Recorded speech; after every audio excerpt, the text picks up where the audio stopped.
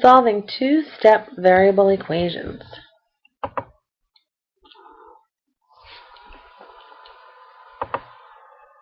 Relax. Don't worry. I know we just learned one step, but we're going to use what we already know to solve the two-step. So let's see what's first. Well, we're going to break up the equation into its two steps. The first step will always be either adding or subtracting. The second step will always be either multiplying or dividing. Let's start with a problem. Let's solve 8x plus 5 equals 61 for x. We're going to start by drawing our river. The problem has addition in it, so we need to subtract first. And whatever we do to one side of the equation, we always have to do to the other. So we're going to subtract 5 from both sides of the river. Well, now let's see. 5 minus 5 is 0. It just goes away. We're left with 8x equals 61 minus 5 is 56. Okay, done with the first step, and now we have something that looks like a one-step equation. So we're going to go on to step 2 to solve it. Well, we're left with 8x equals 56. 8 is being multiplied with x, so we need to do the opposite. We need to divide both sides by 8. And we end up with x equals 7. Okay, well, time to check. Plug in the 7 for x and make sure we have it right. I'm going to pause and wait.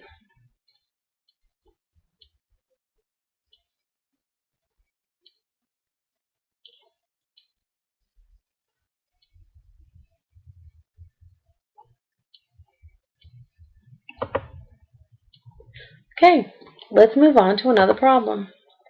Suppose we have 3a minus 8 equals 4. Again, gotta draw on that river. Gotta do it. Now what we want to do is we want to get a by itself. The 8 is being subtracted, so we need to add 8 to both sides of the equal sign. Whenever we do on one side, we have to do on the other.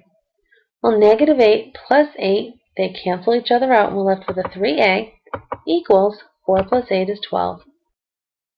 Okay, time for step 2. 3a equals 12. Divide both sides by 3, and we're left with a equals 4. Okay, it's time to check. Plug in your answer and make sure it works. I'll give you a second.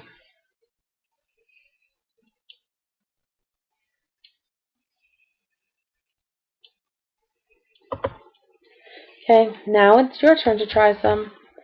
Copy these problems onto the back side of your paper. Show all of your work, please.